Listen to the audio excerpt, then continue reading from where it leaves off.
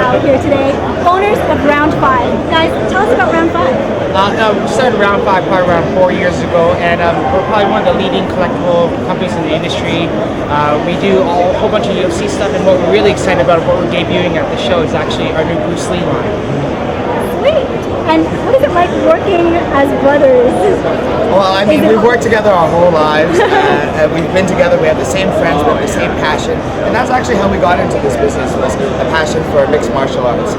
And that's what led us to our first UFC line, and after developing the UFC line, we were actually able to create a real toy company. Now, I know you guys aren't strangers to the big conventions. These guys actually worked on the huge import car scene before. How do you transition from import car scene to doing collectibles? Well, yeah, it's actually a funny story. We're doing events for many years, and we did huge import car shows, Canada's largest import car shows for many years. And then after that, I think it was the Molson Indy of Toronto. Somebody asked us to launch the television station Fight Network through our marketing company, and there we became friends with Randy Couture after designing clothing.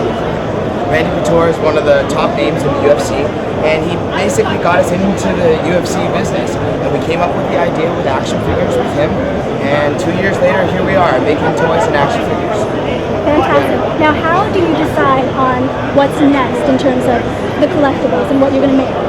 Well, I think the most important part when we're building a collectible line is really we're passionate about very specific brands, and we sort of involved our entire careers in talking about pop culture and stuff that, you know, guys, you know, male 18 to 34 are really into. So everything that we do as a business is really about, I guess, what we're into. Yeah, basically whatever we thought was cool, that's what we did. Yeah, and what we do is we make what we would buy ourselves. You know, we don't ever expect any of our fans or any of our customers to go, I don't know if I'm really into that.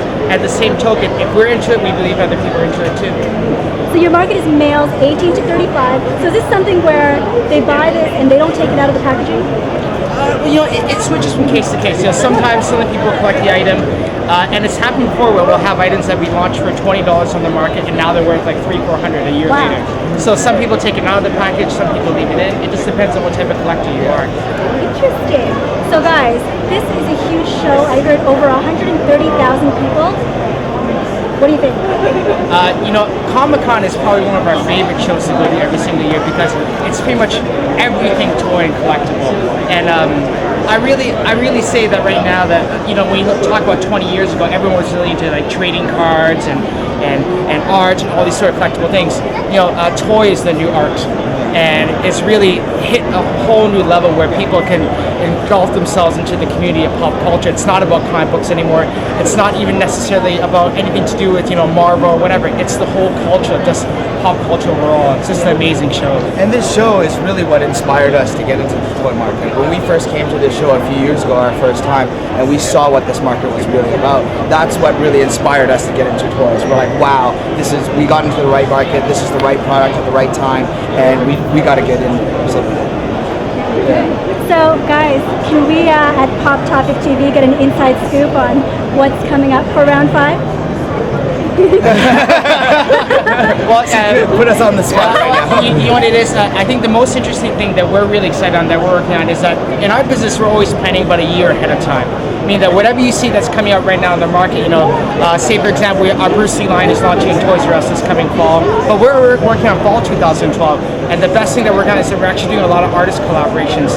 So people who are involved in like brands like Kid Robot, people who've done stuff like Transformers comic books, we're actually collaborating with a lot of those artists to do their own renditions of Bruce Lee.